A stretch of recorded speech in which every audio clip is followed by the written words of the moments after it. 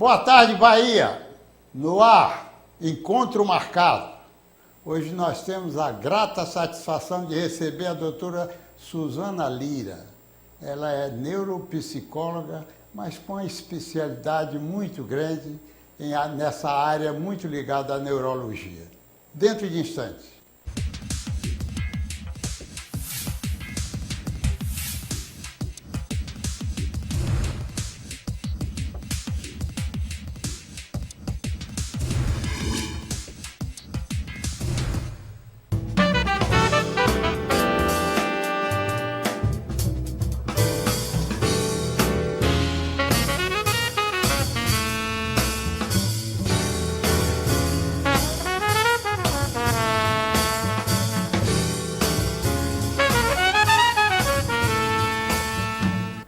Mas, doutora Suzana, como dizia eu nesse introito desse programa, você me trouxe uma satisfação muito grande, além da sua presença. Muito obrigada. Digamos assim, recordações, né, de pessoas ligadas, do meio médico, do seu pai, Tio. dos amigos, Tio. viu? E essa coisa toda que me trouxe essa lembrança do passado, dos idos de colegas, inclusive trocamos ideia aqui de uma pessoa que eu tenho um sentimento muito grande pela perda, né? Porque era um grande amigo e sempre que eu faço um programa que tem qualquer relação com a angiologia, eu me lembro exatamente para recordar o nome dele, porque ele foi no meu conceito, tantos quantos que existem, mas ele foi um ícone assim, de uma formação muito grande de profissionais. E você sabe, eu fiquei muito satisfeito, uma feita, quando eu passei ali no Vale de Nazaré e vi, de qualquer forma, a homenagem que o Hospital Santa Isabel prestou a ele com aquele pavilhão com o nome dele, né? De forma que é uma grata satisfação sempre quando eu posso me lembrar de Celso Figueroa, viu? Agora me diga uma coisa, nessa luta sua, dessa dedicação, como foi que você encaminhou-se para esse segmento? Brugar, muito obrigada. Boa tarde a todos. Eu gostaria de agradecer realmente de coração estar aqui contigo, com os telespectadores. É uma coisa assim fenomenal. A minha carreira, as pessoas falam assim, nossa, mas você percorreu tantos caminhos e foi assim modificando a sua jornada profissional, assim. Na realidade, eu comecei muito cedo. Eu comecei como secretária, algo que não tinha nada a ver com a área de saúde. Uhum. Aí fui caminhando de secretária, me encantei com a profissão, fiquei muitos anos. Com isso, eu fiz um concurso para o Hospital Sara Kubitschek, de Brasília. Ah, sim. Trabalhei muitos anos no Hospital Sara, foi o primeiro concurso ainda do Sara. Que coisa boa. Passei muitos anos, aí lá eu fiz especialização. Fui para a área da psicopedagogia, depois entrei pela psicologia, aí eu fui fazer a avaliação neuropsicológica, em seguida uma especialização também, uma posição de clínica neurológica, e me apaixonei pela cabeça do ser humano. Que coisa boa. Cabeça É verdade. não é? Então a gente precisa realmente ter o cuidado quando a gente fala de gente. Quando a gente fala do ser humano. Porque não é apenas, como a gente estava discutindo sobre saúde, não é? Não é apenas a gente se preocupar com a saúde do outro, mas também com a nossa própria saúde. Isso é fundamental, para a gente estar bem para cuidar do outro. Isso é muito bom. Agora você citou um negócio aí, um nome, que eu tenho uma admiração muito grande do Hospital Sara de Brasília, né? Porque eu até tive a oportunidade de usar lá o Sara, que eu negócio de esporte, eu terminei fazendo lá uma artroscopia lá no Sara. E realmente aquele hospital é uma referência, não é verdade? E aqui para nós, aquele ginásio que eles têm lá de recuperação, Laboratório de movimento, ali atrás. exatamente, é uma coisa fantástica. Isso. Né? E a gente às vezes entra e vê aquelas pessoas, digamos assim, sendo atendidas, e o que importa muito ali naquela nossa observação é a recuperação daquele pessoal.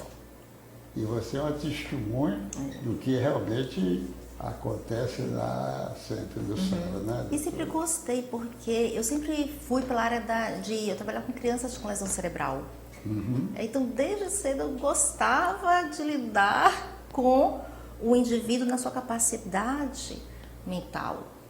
E quando chegou a psicologia nas minhas mãos, aí não teve jeito. Realizada. Completamente. E quando eu fiz o curso de neuropsicologia, ficou melhor, porque eu juntei, né? Foi assim uma confluência muito gostosa, porque são duas áreas nas quais eu amo trabalhar. Eu até brinco quando eu estou dando palestra, eu falo assim para as pessoas: se por acaso vocês observarem umas gotículas aí no chão, não se preocupe não, é minha baba. Eu amo realmente. Que coisa boa. Me diga uma coisa, nessas suas, digamos assim, vivências clínicas, né, você me parece que dá também uma assistência naquela parte lá do Andrade, na área daquele serviço que vocês têm lá. Isso, ali no Hospital das Clínicas, na Fundação de Avenida Neurologia. Centenário, lá naquele Isso, final, do Barreto. que por Exato. sinal até ele, com aquele serviço, né, e com vocês, o que eu acho fantástico é exatamente aquele atendimento do sábado, Gratuito. porque é uma área realmente muito difícil, muito carente, e vocês dão aquela assistência às pessoas carentes lá com... E vem de muita parte, né, do estado. Vem gente do interior, vem gente realmente precisando, você vê que precisa de cuidado. É uma área que nós precisamos estar observando com mais cuidado, né, mais a miúde, porque eles não são só carentes da saúde, eles são carentes de atenção, né, do olhar, de uma palavra de conforto. Né? A gente precisa ter esse olhar sistêmico diante do paciente que chega, porque ele chega debilitado em todos os aspectos. É verdade. Não é? E naquela parte também você tem lá, com até que me disse, né, com o filho de Celso, que vocês também clinicamente atendem em outro local. Né? Agora me diga uma coisa, isso é que eu queria lhe perguntar. Nessa parte clínica que você tem lá, qual é, digamos, estatisticamente, o grosso desse atendimento? Se eu falar na própria Fundação de Neurologia, realmente são os pacientes voltados para quadro neurológico. Sim. Né? Esse, realmente, e lá tem vários segmentos. E nessa parte neurológica, qual é o grosso que aparece lá? Digamos assim, sequelas de AVC, o que aparece mais? É bem diversificado. Nós temos cefaleia, nós temos ataxia, nós temos a parte de movimento involuntário, que é a parte do passo, né? Doença de Huntington.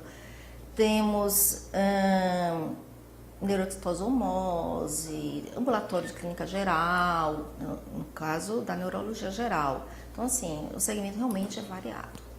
Chega a ver no quadro, daqui a pouco já vem um outro, e aí são segmentos distintos. Agora, uma coisa hoje que é da atualidade, a tal da depressão, aparece muitos deprimidos lá. Exato, dentro da área, né, do comportamento e do humor, realmente, depressão é o que mais evolui.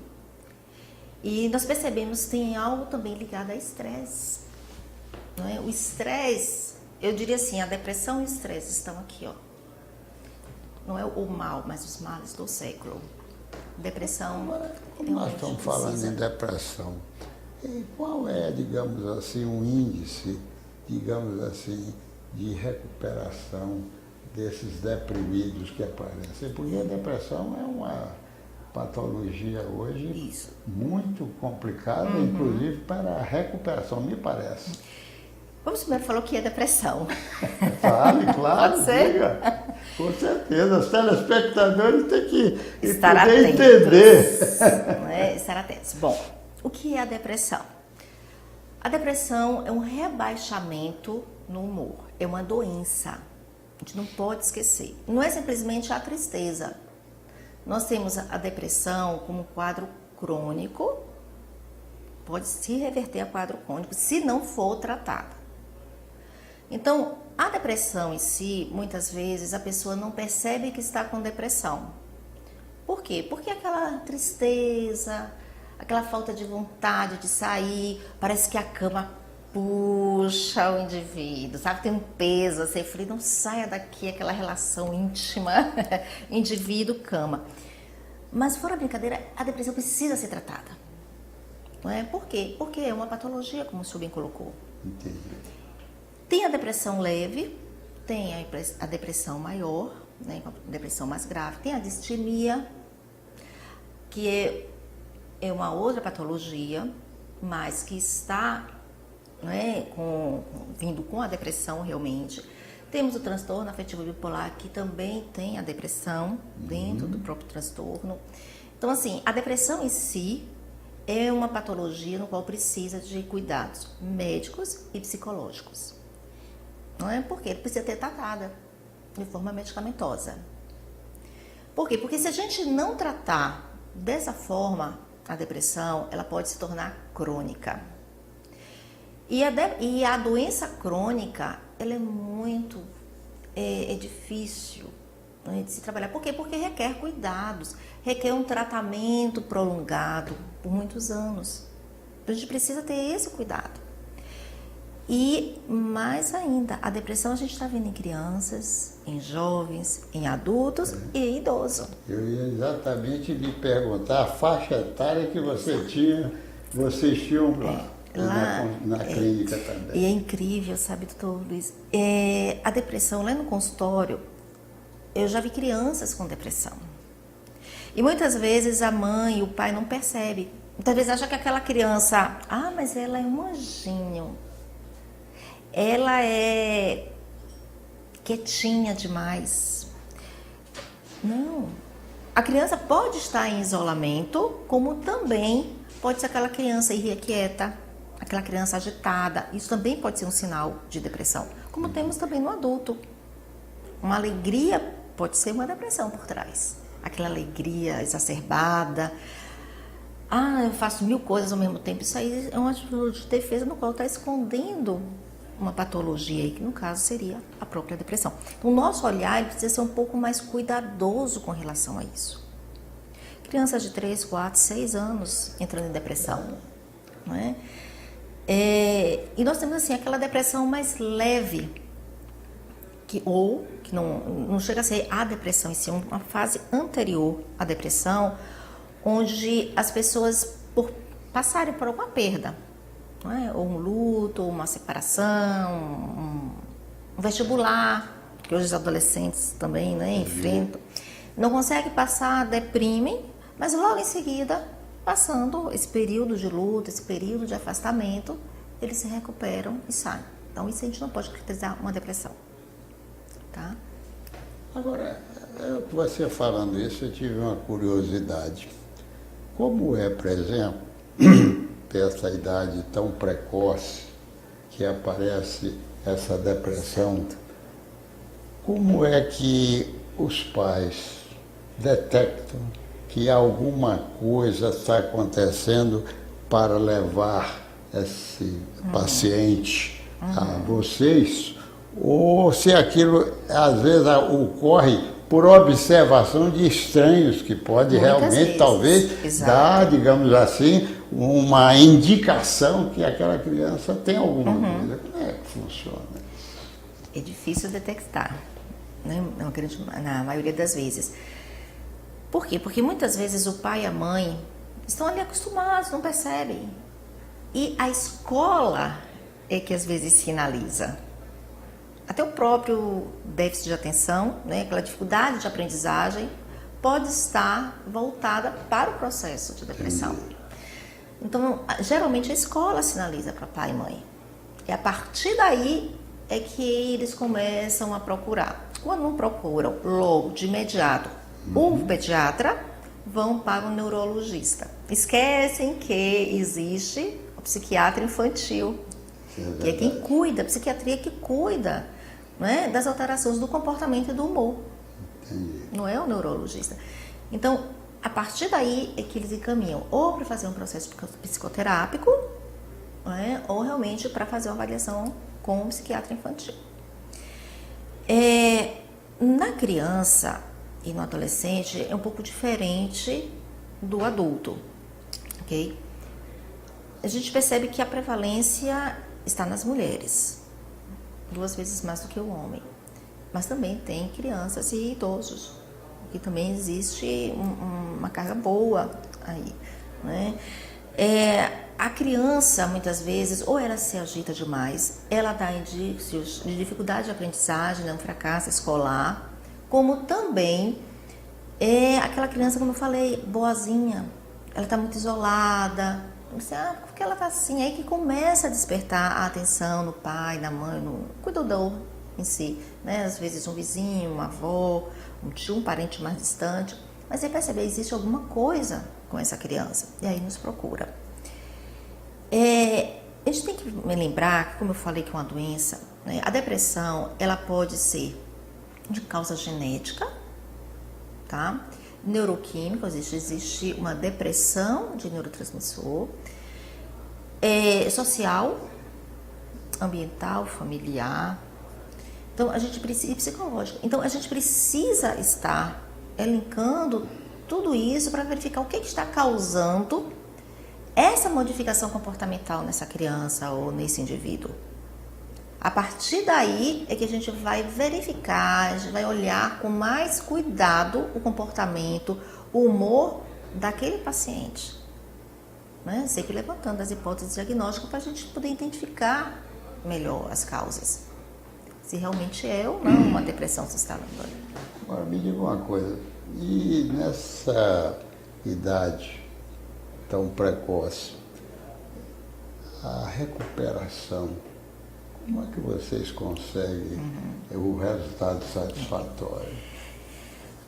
Inclusive, esses dias eu tive um consultório, uma mãe de um paciente, ela estava irredutível, disse que não ia dar medicação para o filho de 11 anos. E eu conversando com ela, fazer todo um trabalho de aderência ao tratamento médico, porque a criança precisava, né, da medicação. E muitas vezes os pais ficam com receio de dar uma medicação. E a gente sabe que a medicação, né, ela vai surtir um efeito muito bom numa pessoa deprimida. Né? Geralmente se usam os antidepressivos, e aí vai depois usa ansiolíticos e por aí vai. Mas é interessante. E a gente sabe que a depressão diagnosticada logo no início e feito esse tratamento, tanto medicamentoso quanto psicoterápico, pode sair rapidamente.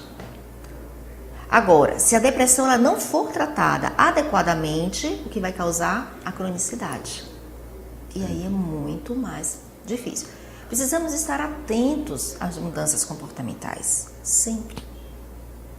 Agora, o que ainda quero insistir digamos assim, além, como você disse, da parte terapêutica, medicamentosa, e essas sessões também vocês fazem nessa parte psicoterápica com a criança? Fazemos. Né? O tratamento, a gente não pode dizer que é X tempos, Certo. não é? Mas o olhar para a criança é diferenciado. Através de jogos, através da ludicidade, da conversa. Eu gosto de conversar muito com a criança, trabalho de uma forma diferenciada. Por quê? Porque a criança não sustenta muita atenção na conversa. A gente precisa trabalhar com o lúdico, através de jogos, de brincadeiras, não é? Tem as marionetezinhas, os dedinhos que a gente brinca. Então, tudo isso faz com que ela traga no seu discurso o que a gente busca encontrar. Quais são as falhas, o que está acontecendo de fato com aquela criança, existe algum prejuízo cognitivo, Então tudo isso a gente está precisando abordar e levar ao conhecimento desses pais existe alteração de humor, existe alteração de comportamento nessa criança, então vamos, leva para um psicólogo, já que não quer levar para um médico imediato, leva para um psicólogo, porque a gente vai escutar a palavra de um profissional da área, através dessa palavra, desse entendimento, aí sim o psicólogo pode encaminhar para o médico. E ele precisa realmente, se for diagnosticado, né, se a gente perceber que ali existe um processo depressivo, precisa sim o acompanhamento médico. Agora me diga uma coisa, a aceitação dessa criança, isso aí está me trazendo uma curiosidade grande, a aceitação dessa criança, digamos, pela psicóloga ou psicólogo, digamos assim, para trazer essa relação íntima de entendimento, é trabalhosa ou não? Depende. Às vezes tem casos que sim, eles criam uma certa resistência, não querem, né, não querem ver. Quando eu vou atender criança, eu nem uso jaleco, vou de roupa porque o jaleco muitas vezes afasta. Né? Existe assim algo que sou da hora que já sabe. Então, a secretária pergunta assim, doutora, o que a senhora faz? Porque os pacientes chegam aqui agitados, nervosos, e eles saem sorridentes, às vezes saem chorando, saem sorrindo. O que a senhora falou assim, sabe o que é? Que eu tenho um pó de pirlim-pim-pim lá dentro, eu jogo o pó de pirlim-pim-pim. Mas na realidade não é. As pessoas têm uma certa dificuldade para serem ouvidas.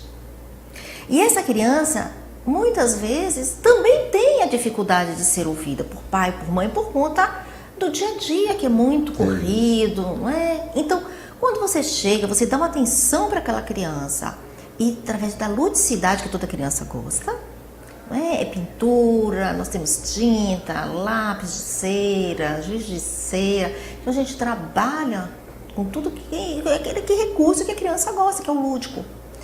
Então, a partir daí, a gente vai se aproximando daquele indivíduo para começar a fazer. É fácil? Muitas vezes não. Eles criam uma resistência. Eu tenho uma criança de 3 anos e quando a gente começa a tocar no assunto, ela faz assim, acabou a história, não tem, a gente fala que vai falar sobre a historinha. Acabou a história, não tem mais história, acabou. 3 anos. Então a gente precisa estar. O que é que ela está sinalizando para mim naquele momento? Eu não quero falar sobre isso agora. Então a gente precisa. Então não é o momento ainda de tocar. Sim. Vamos com calma, vamos voltar para a ludicidade, vamos cercar a criança de uma forma positiva, lógico, para a gente verificar o que é que precisa. Agora imagine uma criança de 3 anos, que nem na escola está, o nível de resistência dela. Ou seja, é algo que está ali que ela não aprova, que ela não consegue expor. A gente precisa ter esse olhar cuidadoso e respeitar o paciente sempre. Precisamos sempre respeitar o paciente. Quer falar? Vamos falar. Não quer? Espera o momento dele. Vai chegar. Vamos baixar. Vai falar assim, meninos, vamos baixar nossa ansiedade, deixar a coisa acontecer, para que a gente possa realmente evoluir de forma positiva na avaliação. Eu acho aí que está a grande sabedoria do profissional para cativar. Né? Agora, me veio a curiosidade da seguinte forma, e eu acho que quando você consegue exatamente induzir através da sua personalidade todos esses atrativos que prendam essa criança, na minha concepção, começa a criar uma afetividade muito grande de ambas as partes. Exato, a gente precisa ter muito cuidado, não é? Para não criar um vínculo maior.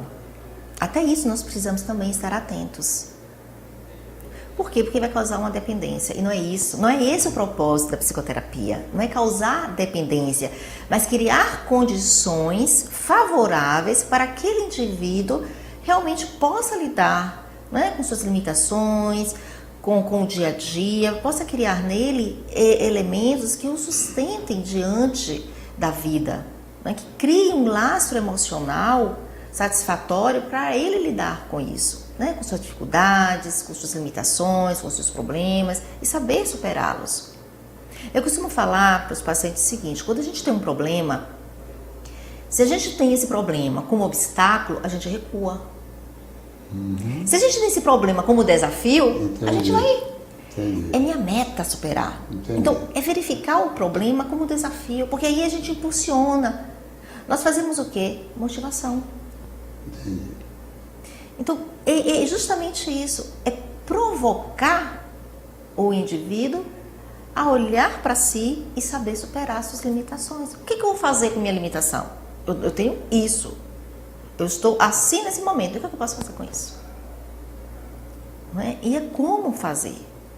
Essa é a chave do sucesso. Não é? Como a gente pode liderar, como a gente pode suplantar essas coisas no nosso dia a dia. Agora, eu também estou imaginando que esse trabalho que vocês fazem tão bem com a criança, né? Eu acho que também vocês têm que fazer com os pais, né? Bem provocado. Muitas vezes os pais, eu falo que eu também sou mãe. Os pais realmente, às vezes, dificultam o próprio atendimento. Tem pais que não, mas eu quero ficar, eu quero ver. Não permite o profissional trabalhar. Às vezes você está ali trabalhando, ela chega, abre uma porta, quer participar, a criança não quer, faz algum dengo, alguma coisa, ela quer ficar com a criança, eles pegam, põe a criança no colo, não dá, realmente não dá. Por quê? Porque a criança, quando tem o pai e a mãe por perto, a criança vai fazer, né, vai manifestar um comportamento por conta da mãe. Entendi. E quando você retira a mãe ou o responsável que está ali com a criança daquele ambiente, ela não tem a quem recorrer. Então fica mais fácil dela se colocar e a gente perceber as coisas, o que está acontecendo nessa criança, o que está realmente bloqueando ou fazendo com que ela não se desenvolva de forma correta. Então isso a gente precisa verificar. Às vezes eu puxo orelha de pai, de mãe, nós puxamos isso. Para mim os pacientes sabem muito bem disso. Eu imagino, porque realmente se não houver, digamos assim, essa compreensão, exato, para você conseguir conjuminar essa situação, o resultado não vai ser satisfatório. Agora vamos passar da faixa etária, digamos assim, nessa faixa mais avançada, como chamam aí, da melhor idade, há muitos casos. Sim, sim. E cada vez mais eu estou me especializando em gerontologia, né? Com estudos. Eu não fiz especialização em gerontologia, mas por conta da própria clínica, né? Das avaliações neuropsicológicas que eu tenho feito muito, porque hoje em dia todo mundo está com falta de memória, né? Todo mundo fala, estou esquecido. Então a avaliação neuropsicológica está me levando realmente para trabalhar com adulto e idoso. Essa história de melhor idade, eu tenho um pouco de resistência. Sabe por quê? Porque pra mim, gente, pra mim, Suzana, tá? A melhor idade é toda a idade no qual você se dá bem, você se realiza, né? Você tem uma plenitude. Então, eu tô quase nos 50, mas eu acho a minha idade hoje melhor idade. Quando eu tinha 15, 16, 17 anos, era a melhor idade. Ou seja, depende da idade que o povo está, né? Que aquele indivíduo está. Então, isso é interessante. Bom, a fase do envelhecimento, nós sabemos que existe algumas patologias onde a depressão se instala. A própria demência do Alzheimer, não é? Traz a depressão. Então a gente precisa observar o idoso, por sua vez, por conta de algumas perdas de amigos, né? Tem o próprio isolamento social, fica mais em casa e aí vai permitindo se isolar e quando se dá conta a depressão já se instalou. Então a gente precisa ter muito cuidado também com o olhar do idoso. Nós saímos de um polo a outro. Exatamente. De criança a idoso. É verdade. Então, assim, nós precisamos perceber que a depressão, ela atinge a fase infantil, né? A fase É da criança, pode ser de 2, 3, 4 anos, até ao idoso. Então, esse envelhecimento, ele precisa ser e acontecer de forma saudável. Tem alguns idosos que têm resistência a isso.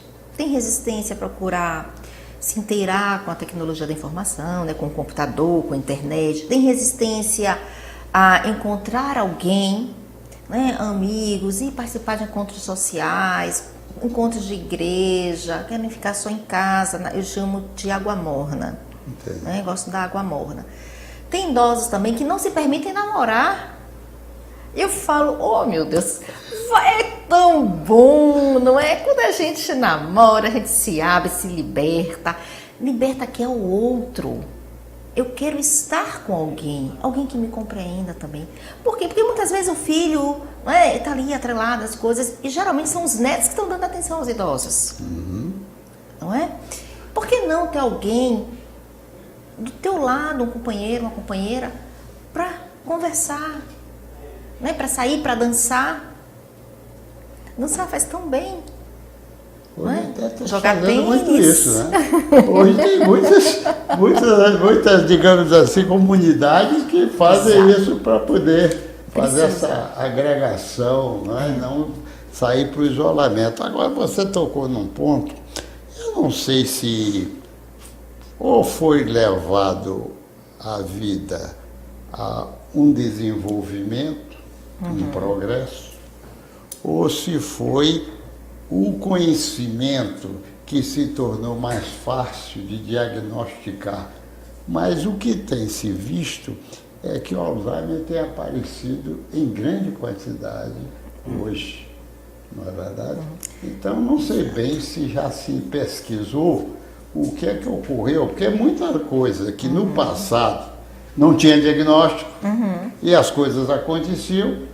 Hoje, com os meios que você dispõe para poder diagnosticar, então pode chegar a essa conclusão. Mas o fato é que o Alzheimer hoje está sendo assim uma causa muito grande de afetar a saúde das pessoas. O senhor colocou algo muito bem colocado. O que a gente tem percebido, pelo menos lá na clínica, lá no consultório, a gente tem acesso, como eu falei antes, né? Através das avaliações neuropsicológicas, onde a gente trabalha o quê? O que é avaliação neuropsicológica? Às vezes as pessoas não sabem o que é. A gente faz como se fosse um mapeamento da cognição do indivíduo. Né? Pega-se o cérebro e a gente faz. O que é a cognição? A cognição é inteligência, memória, julgamento, atenção. Atenção são várias. Atenção difusa, concentrada, alternada, dividida. Então, nós precisamos fazer esse mapeamento. E quando a gente percebe, a gente nota realmente uma diminuição. Eu já tive em consultório uma paciente, não chegou nem nos 50, tinha 40, acho que 46, 47 anos, já com indícios de demência. Então, recentemente teve pela própria fundação lá com o Dr. Andrade, o mutirão, né, do teste da memória. E outra coisa que me preocupa muito é que tem algumas pessoas, e até mesmo profissionais, infelizmente, que traduzem tudo como demência de Alzheimer.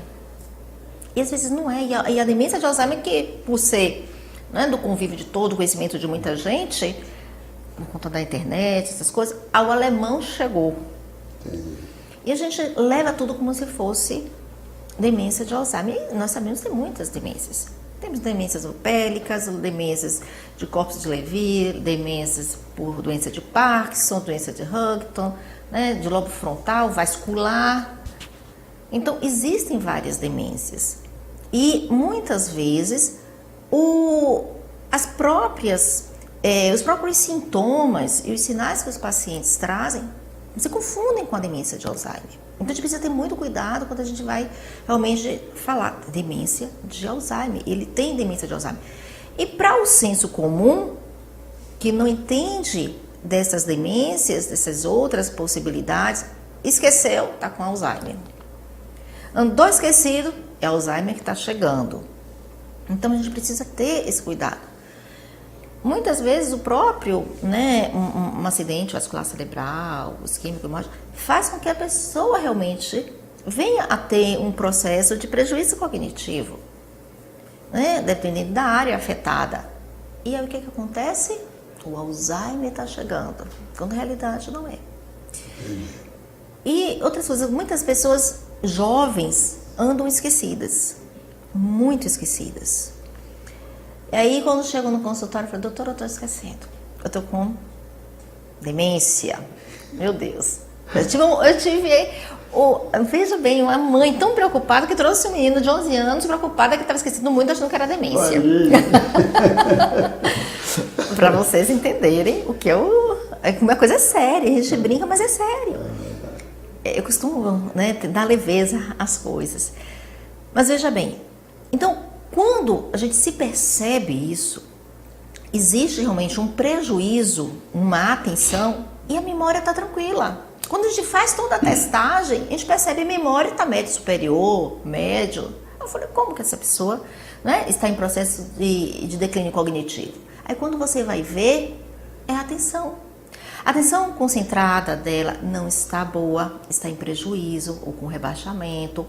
Então a pessoa é distraída e não tem a falta da memória. Entendi. Tem pessoas que pegam uma coisa, está falando aqui, largou a chave. Um lugar, o foco dela não era de colocar a chave, mas sim na conversa que estava tendo. E aí você vai esquecendo, esquece as coisas, não esquece a cabeça que a gente diz, né, que está grudado no pescoço. Mas a distração é muito forte. E hoje em dia nós temos vários estímulos para isso. A gente precisa estar atento ao que nós estamos fazendo. Porque hoje em dia a gente quer fazer tudo. Eu costumo dizer que é a era do micro-ondas, é tudo em segundos. Né? Você vem, você faz, programa, vai e faz mil e uma coisas ao mesmo tempo e muitas vezes deixa tudo pela metade. Não consegue fazer. O que é que vai levar? Uma ansiedade. A ansiedade não consegue fazer, pode chegar ao quê? A baixa autoestima. Mexeu com a autoestima do paciente, fica recluso. Ficou recluso, a depressão vai se instalando. Então, a gente precisa ter cuidado do que realmente causa essa depressão no indivíduo. É um fator ambiental, é um fator social, é um fator psicológico, familiar, é neuroquímico mesmo, existe, né, uma baixa de neurotransmissor no indivíduo. Então, tudo isso a gente precisa estar muito atento. Agora, pelo que eu pude perceber, exatamente, digamos, daquelas pessoas que procuram vocês, ou os serviços, ou foram levados. Exato. Quer dizer, há uma preocupação muito grande de vocês para que esse diagnóstico fique bem firmado. Isso. Que não é nada já daquilo que está se imaginando. Pelo que eu pude perceber. Né? É uma preocupação de vocês. Isso. Né? Agora, eu queria saber, assim, pela experiência, quando vocês detectam essa parte de um Alzheimer, dessa evolução, qual é a estatística de vocês conseguirem uma conciliação entre essa patologia e, digamos assim, e a vida que vai ter ali adiante, a estima de vida? Ou seja, preparar o indivíduo. Isso. E não só o indivíduo, a família. Não é? Porque nós lidamos tanto com a resistência e a dor do paciente, quanto dos familiares que o cercam. Dar um diagnóstico de depressão ou de demência de Alzheimer não é algo assim muito fácil. A família precisa estar bem psicologicamente. Eu costumo dizer assim, é melhor a gente trabalhar muito mais a família do que o próprio paciente. Por quê? Porque é a família que vai estar junto com o paciente. E ela que precisa estar emocionalmente equilibrado para realmente dar um suporte, um aporte suficiente para aquele paciente. Suplantar aquela dor. Então, nós precisamos observar como chegar até a família, se existe realmente alguém responsável por aquele paciente.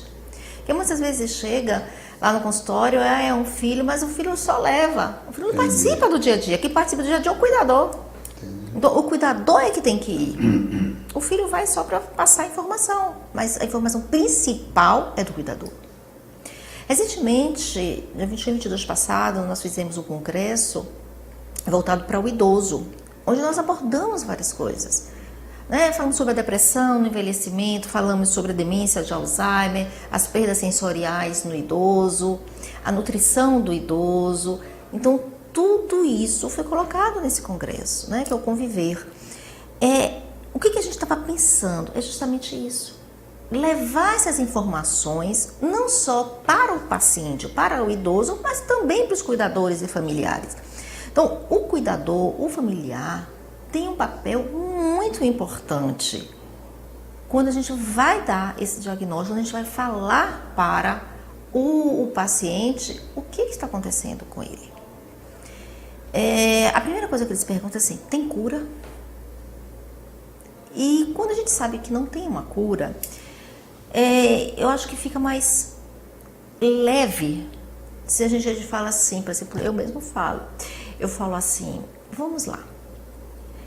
Hipertensão tem cura? Não. Diabetes tem cura? Não.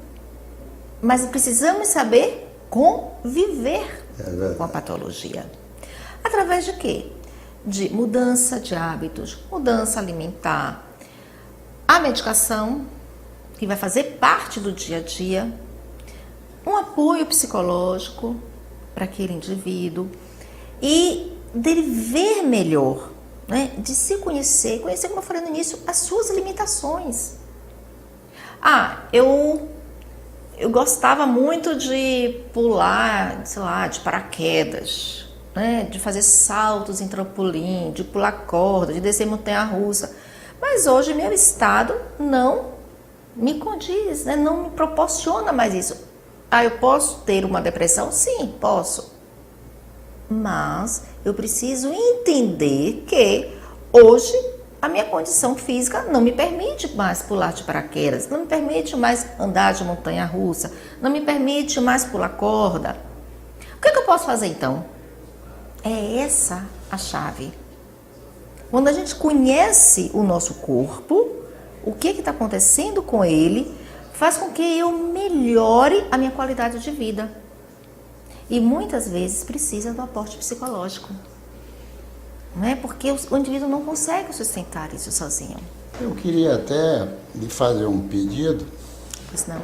Porque nós estamos fazendo este programa e eu gosto sempre de aproveitar em certas ocasiões de levar uma mensagem, e nada melhor do que pela sua experiência, como nós falamos aqui de Alzheimer, e muitos dos nossos telespectadores têm em suas famílias portadores de Alzheimer, e assim, de uma forma de orientação, uma forma de prevenção no sentido da condução dessa patologia, o que é que você poderia, digamos, sugerir aos nossos telespectadores, principalmente aqueles que hoje têm em suas famílias um portador de Alzheimer,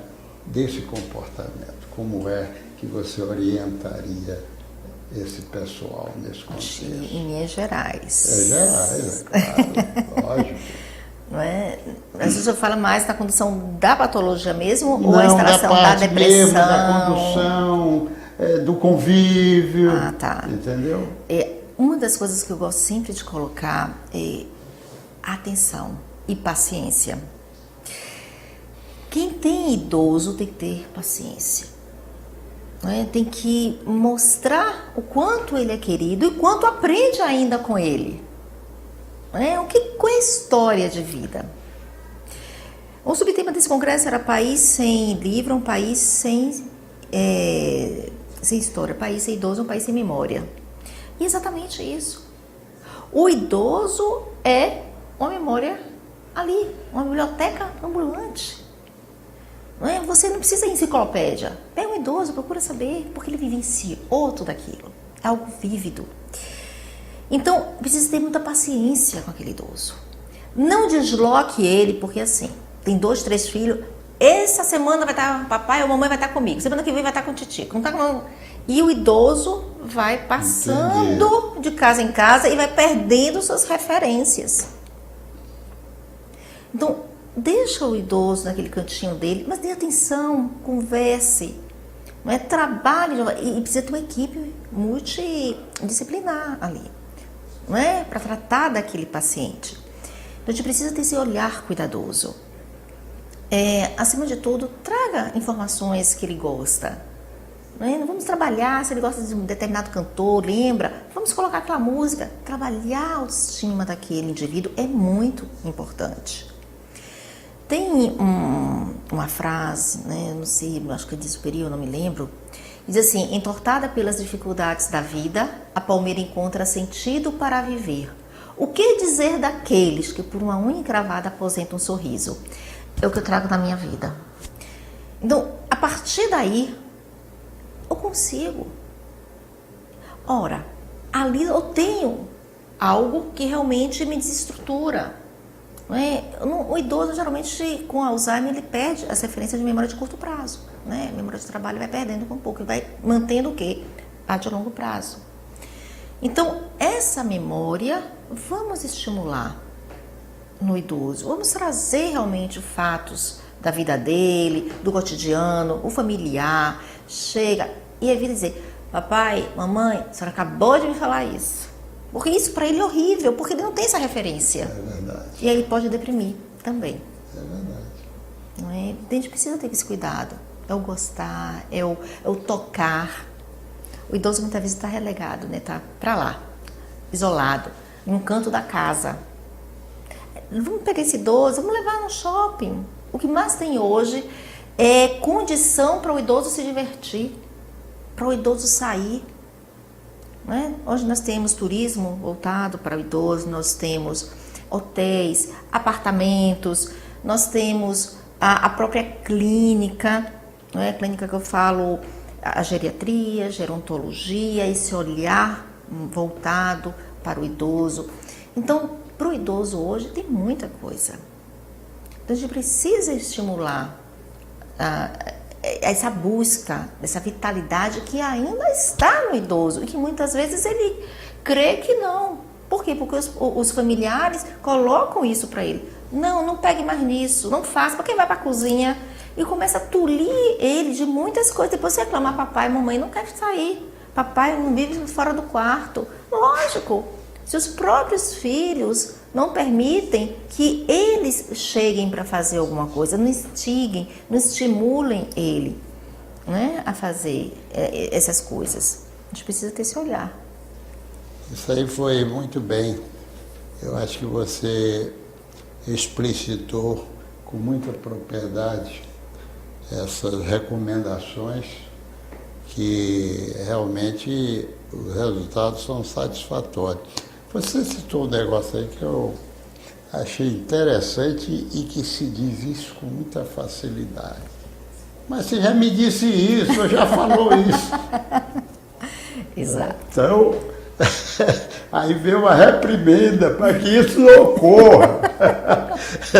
Então tem aí essa lembrança para os nossos telespectadores, que isso não pode acontecer. Evitem. Tem que tolerar.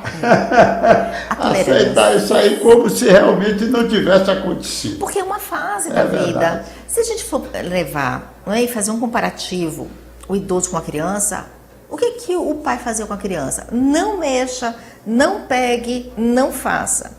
E o que o filho faz com o pai ou a mãe? Não pegue, não faça, não. Exatamente igual. Só muda só o tempo. Né, de cada um. E quando às vezes não pode. Que isso ocorra. Entendeu? Mas, doutora Suzana, eu acho que nós tocamos alguns pontos. Nem poderíamos, nesse espaço de tempo, que abordássemos tudo aquilo de patologias que aparecem na clínica, nesse serviço que vocês fazem tão bem, né? Pode até, se me permite, nós idealizarmos alguma coisa para um futuro contato e que você também possa explicitar aos nossos telespectadores esses fatos que ocorrem no dia a dia dessa especialidade que é tão importante. Exato. Na medicina, como todas, mas algumas têm mais um toque, digamos assim, mais diretamente com as pessoas, né? Então eu queria lhe dizer o seguinte: primeiro, da nossa satisfação Muito obrigada, de tê-lo aqui. minha. Segundo, nesse final de programa, se você tiver alguma recomendação que nessa conversa nossa não apareceu, que agora você se recordou de chamar a atenção, este é o momento. Ok, muito obrigada. Acima de tudo, prestar atenção na alteração comportamental e do humor. Isso sem sombra de dúvida. Percebeu que a criança, o adolescente, o jovem adulto, o adulto ou idoso modificou o seu comportamento bruscamente ou vem manifestando a mudança, humor ou comportamento, vamos ficar atentos. Encaminhe para um profissional adequado para que a gente possa tomar rapidamente as devidas providências, né, e reverter algum quadro que possa estar vindo por aí. É uma condição sine qua non. Então, vamos ficar atentos a qualquer mudança comportamental. Essa, para mim, é a palavra-chave. Atenção, acima de tudo. E, ligado a isso, também é a atenção não só de prestar atenção do análise do comportamento, mas a atenção que eu dou para o indivíduo. É o olhar, é o toque, é a vontade de estar do lado. Isso é muito importante para o outro. O outro se sente acolhido, se sente abraçado, se sente beijado, se sente querido, não é? E quando a gente busca um profissional, o profissional tem que ver isso. E não ter aquele distanciamento. Já tem a mesa, não é? Que distancia o paciente do profissional. Então vamos se achegar, vamos, não é? Sentir abraçado por aquele profissional, se sentir querido, se sentir atento. Ah, eu sou ouvido. Né? Eu sou querido, as pessoas me tocam, me percebem. Isso é muito importante. E isso aí já consegue prevenir um avanço de algo que está por aí. Nesse especial, a própria depressão. Né? Da gente começar a ouvir mais o outro. Okay? Muito obrigada. Eu aqui lhe agradeço, pela oportunidade, viu? Obrigada muito a todos. grande, tá bom? Aí estar com vocês.